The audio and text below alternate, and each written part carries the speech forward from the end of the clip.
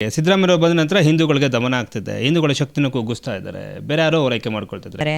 ಅಲ್ಲಿ ಏನು ಮೆರಿಟ್ಸೇ ಇರೋದಿಲ್ಲ, ಸುಮ್ಮನೆ FIR ಹಾಕ್ತಾರೆ.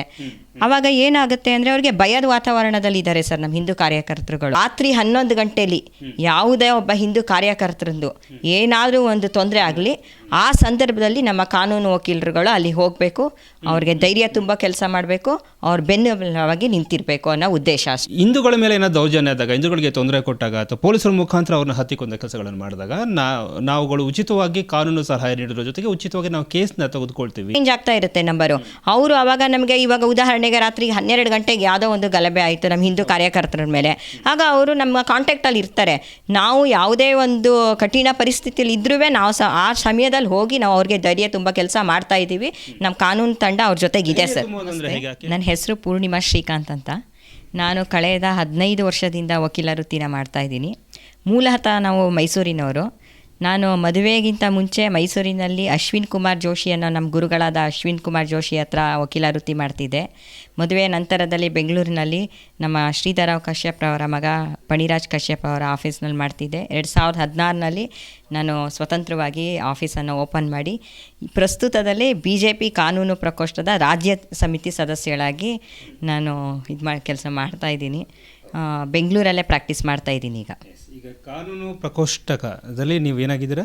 ರಾಜ್ಯ ಸಮಿತಿ ಸದಸ್ಯ. ಇದ್ರ ಉದ್ದೇಶ ಏನು? ಏನಕ್ಕೋಸ್ಕರ ಇದನ್ನು ಮಾಡಿದ್ರು? ನಿಮ್ಮನ್ನ ಯಾರು ಆಯ್ಕೆ ಮಾಡಿದ್ದಾರೆ ಇದಕ್ಕೆ? ಸರ್, ಇದು BJP ಕಾನೂನು ರಾಜ್ಯ ಪ್ರಕೋಷ್ಠದಿಂದ ನಾನು ರಾಜ್ಯ ಸಮಿತಿ ಸದಸ್ಯಳಾಗಿದ್ದೀನಿ.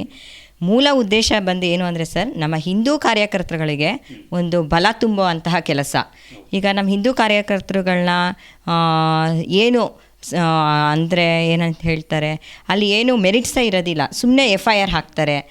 ಆವಾಗ ಏನಾಗುತ್ತೆ ಅಂದರೆ ಅವ್ರಿಗೆ ಭಯದ ವಾತಾವರಣದಲ್ಲಿ ಇದ್ದಾರೆ ಸರ್ ನಮ್ಮ ಹಿಂದೂ ಕಾರ್ಯಕರ್ತರುಗಳು.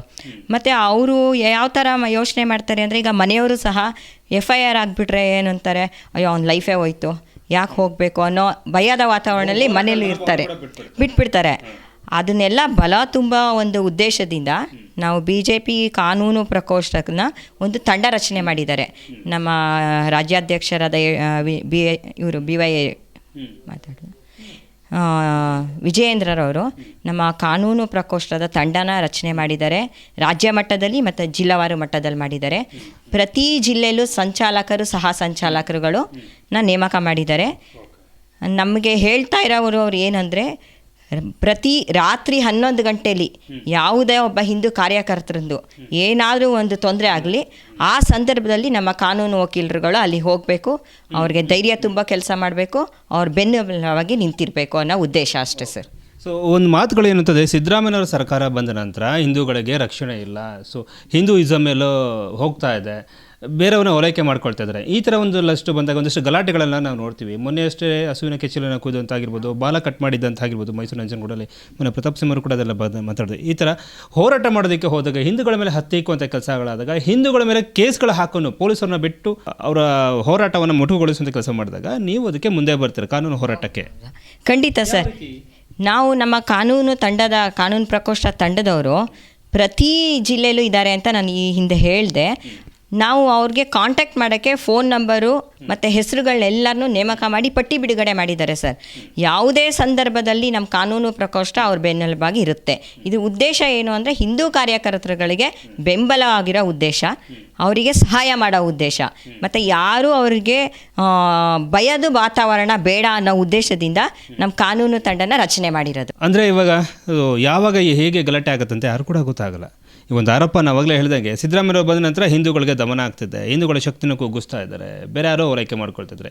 ಈ ಥರ ರಾತ್ರಿ ಹೊತ್ತು ಯಾವುದೋ ಒಂದು ಹೋರಾಟಕ್ಕೆ ಹೋಗಬೇಕಾಯಿತು. ಇವಾಗ ಪುನೀತ್ ಕೆರಳಿ ಅನ್ನೊಂದು ಹೆಸರು ಕೇಳ್ಬಿಟ್ರೆ ಈ ಹಿಂದೂ ಹೋರಾಟಕ್ಕೆ ಮುನ್ನುಗ್ತಾ ಇರ್ತಾರೆ ಅವರು. ಹಸುಗಳು ಕತ್ತರಿಸಬಾರ್ದು ಅನ್ನೋ ನಿಟ್ಟಿನಲ್ಲೆಲ್ಲ ತುಂಬ ಹೋರಾಟಗಳನ್ನು ಮಾಡಿದ್ರು. ಹಾಗಾಗಿ ಅಂತ ಅನೇಕರು ಕೂಡ ನಮ್ಮ ಕರ್ನಾಟಕದಲ್ಲಿ ತುಂಬ ಜನ ಇದ್ದಾರೆ, ಡಿಸ್ಟಿಕ್ ಲೆವೆಲಲ್ಲಿ, ತಾಲೂಕು ಲೆವೆಲಲ್ಲೇ ಇದ್ದಾರೆ. ಅವ್ರುಗಳಿಗೆ ತೊಂದರೆ ಆದರೆ ನೀವು ಹೇಗೆ ಅವ್ರಿಗೆ ಧೈರ್ಯ ತುಂಬುವಂಥ ಕೆಲಸ, ಕೇಸ್ನ ಹೇಗೆ ತಗೋತೀರಾ, ನಿಮ್ಮನ್ನು ಹೇಗೆ ಕಾಂಟ್ಯಾಕ್ಟ್ ಮಾಡಬೇಕು ಅವರು? ಸರ್, ಇವಾಗ ನಾವು ರಾಜ್ಯ ಮಟ್ಟದಲ್ಲಿ ತಂಡ ರಚನೆ ಮಾಡಿದಾರಲ್ಲ, ಆ ರಚನೆಯಲ್ಲಿ ಯಾರ್ಯಾರು ಇದ್ದಾರೋ ತಂಡದಲ್ಲಿ ಅವ್ರದ್ದು ಎಲ್ಲ ಡೀಟೈಲು ಅವ್ರ ಹತ್ರ ಇರುತ್ತೆ ಸರ್. ನಾವು ಅದನ್ನು ಸೋಷಿಯಲ್ ಮೀಡಿಯಾದಲ್ಲಿ, ಟ್ವಿಟ್ಟರಲ್ಲಿ ಎಲ್ಲರಲ್ಲೂ ಹಾಕಿದ್ದೀವಿ. ಮತ್ತು ಇವಾಗ ನಿಮಗೆ ಗೊತ್ತಿರೋರಿಂದ ಇನ್ನೊಬ್ರಿಗೆ ಗೊತ್ತಾಗುತ್ತೆ. ಅದೇ ರೀತಿ ಎಕ್ಸ್ಚೇಂಜ್ ಆಗ್ತಾ ಇರುತ್ತೆ ನಂಬರು. ಅವರು ಆವಾಗ ನಮಗೆ ಇವಾಗ ಉದಾಹರಣೆಗೆ ರಾತ್ರಿ 12 ಗಂಟೆಗೆ ಯಾವುದೋ ಒಂದು ಗಲಭೆ ಆಯಿತು ನಮ್ಮ ಹಿಂದೂ ಕಾರ್ಯಕರ್ತರ ಮೇಲೆ. ಆಗ ಅವರು ನಮ್ಮ ಕಾಂಟ್ಯಾಕ್ಟಲ್ಲಿ ಇರ್ತಾರೆ. ನಾವು ಯಾವುದೇ ಒಂದು ಕಠಿಣ ಪರಿಸ್ಥಿತಿಯಲ್ಲಿ ಇದ್ರೂ ನಾವು ಆ ಸಮಯದಲ್ಲಿ ಹೋಗಿ ನಾವು ಅವ್ರಿಗೆ ಧೈರ್ಯ ತುಂಬ ಕೆಲಸ ಮಾಡ್ತಾ ಇದ್ದೀವಿ. ನಮ್ಮ ಕಾನೂನು ತಂಡ ಅವ್ರ ಜೊತೆಗಿದೆ ಸರ್. ಅಂದರೆ ಹೇಗೆ ಕೇಸ್ನ ತಗೊಳ್ತೀರಾ, ಹ್ಯಾಂಡ್ಲ್ ಮಾಡ್ತೀರಾ ನೀವು ಅದನ್ನು? ಹೌದು ಸರ್, ನಾವು ಹ್ಯಾಂಡ್ಲ್ ಮಾಡ್ತೀವಿ. ನಮ್ಮ ಕಾನೂನು ಪ್ರಕೋಷ್ಠ ತಂಡನೇ ಅವ್ರ ಪರವಾಗಿ ನಿಂತಿರುತ್ತೆ ಸರ್. ಸರ್, ನಾನಿವಾಗ ಬೆಂಗಳೂರು ದಕ್ಷಿಣಕ್ಕೆ ಇನ್ಚಾರ್ಜ್ ಆಗಿದ್ದೀನಿ. ರಾಜ್ಯ ಕಮಿಟಿ ಸದಸ್ಯರಾಗಿ ಬೆಂಗಳೂರು ದಕ್ಷಿಣ ಜಿಲ್ಲೆಗೆ ಇನ್ಚಾರ್ಜ್ ಆಗಿದ್ದೀನಿ. ಓಕೆ. ಸೊ ಇದು ಹೇಳ್ತಾ ಇರೋದು ಅಂತಂದರೆ, ಕಾನೂನು ಪ್ರಕೋಷ್ಠಕದಲ್ಲಿ ನಾನೊಬ್ಬರು ಮೆಂಬರ್ ಆಗಿದ್ದೇನೆ.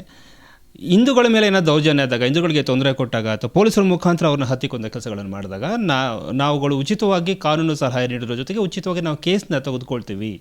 ಹೌದಾ? ಕೇಸ್ ತೊಗೊಂಡು ಕೇಸ್ ನಡೆಸ್ಕೊಡ್ತೀವಿ. ಯಾಕೆಂದರೆ ಕೆಲವೊಂದು ಸಲ ಪೊಲೀಸರು ಸುಳ್ಳು ಕೇಸ್ಗಳನ್ನು ಹಾಕಿ ದಮನ ಮಾಡುವಂಥ ಕೆಲಸಗಳನ್ನು ಮಾಡಿ, ಹೋರಾಟವನ್ನು ದಮನ ಮಾಡುವಂಥ ಕೆಲಸಗಳನ್ನು ಮಾಡಿದಾಗ ನಾವು ನಿಂತ್ಕೊಳ್ತೀವಿ ಅಂತ ನಿಟ್ಟಿನಲ್ಲಿ ಧೈರ್ಯ ತುಂಬೋದಕ್ಕೋಸ್ಕರ BJPಯ ರಾಜ್ಯಾಧ್ಯಕ್ಷರಾಗಿರುವಂಥ BY ವಿಜಯೇಂದ್ರ ಅವರು ನೇಮಕವನ್ನು ಮಾಡಿರುವಂಥದ್ದು. ಇತ್ತೀಚೆಗಷ್ಟೇ ಒಂದಷ್ಟು ಪಟ್ಟಿನೂ ಕೂಡ ಬಿಡುಗಡೆ ಮಾಡಿದ್ದಾರೆ. ಆ ಪಟ್ಟಿನೂ ಕೂಡ ನೀವು ನೋಡ್ತಾ ಇದ್ರಿ. ಆ ಪಟ್ಟಿನೂ ಕೂಡ ಬಿಡುಗಡೆ ಮಾಡಿರುವಂಥದ್ದು.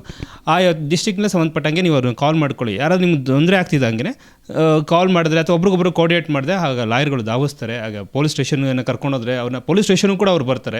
ಆವಾಗ ನೀವು ಧೈರ್ಯನ ಕಳ್ಕೊಳ್ಬೇಡಿ. ಧೈರ್ಯವಾಗಿ ಪೊಲೀಸ್ ಸ್ಟೇಷನ್ ಹೋಗಿ. ಹಿಂದೂ ಪರವಾಗಿ ಹೋರಾಟ ಮಾಡ್ತಾ ಇದ್ರೆ ಆ ರಕ್ತ ಹಾಗೇ ಇರುತ್ತೆ, ಹೋರಾಟದ ಮನೋಭಾವ ಹಾಗೇ ಇರುತ್ತೆ.